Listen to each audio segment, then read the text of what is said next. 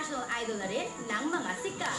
Kahapon sa ginanap na in-branding shoot ng Station ID ng The Filipino Channel kung saan may 200 talents na mga ballerinas, gymnasts, ati-atihan at iba pang performers na nag-backup kay Charisse, ikinwento niya kung paano nagpa-picture kasama niya ang sikat at controversial sa buong mundo na singer-actress / socialite era sa si Paris Hilton. Si Ate Paris, medyo sa Mr. Chow sa after Oscar party.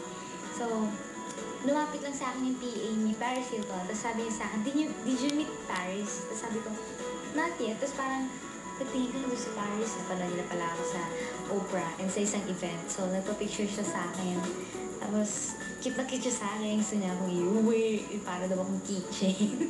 Siyempre, sa starstruck po, inabot ko na rin yung camera. Pero siya talaga yung nagpa-picture sa akin una-una. Iba yung feeling, Paris Hilton yun eh. Controversial man siya, pero mabait.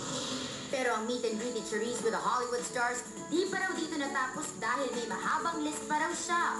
Kabilang raw sa mga bago niyang acquaintances ang sikat na international boy band na the Jonas Brothers. Sila sa Carousel of Hope. So parang ako, sabi ko, Jonas Brothers lang yan.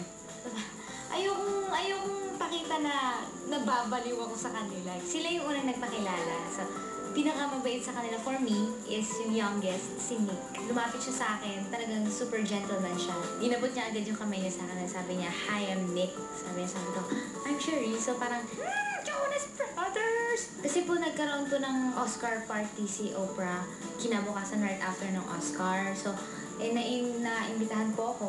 Na-meet ko yung bida ng Slumdog Millionaire. Si David po ba yun? Si David tsaka si Frida. Kate Winslet, Sean Penn, lahat ng winners ng Oscar. Sa dami ng mga na-meet na Hollywood star si Charisse, katangi-tanging isa lang daw ang nakapagpa-starstruck talaga sa kanya. Yung pinaka-happiest moment, nagkaroon ako ng chance na magpa-picture sa Oscar Award. Na-starstruck ako dun sa award kaysa kay Kate Winslet. Hindi kasi parang na-excite ako, sabi ko, ang bigat pala nito.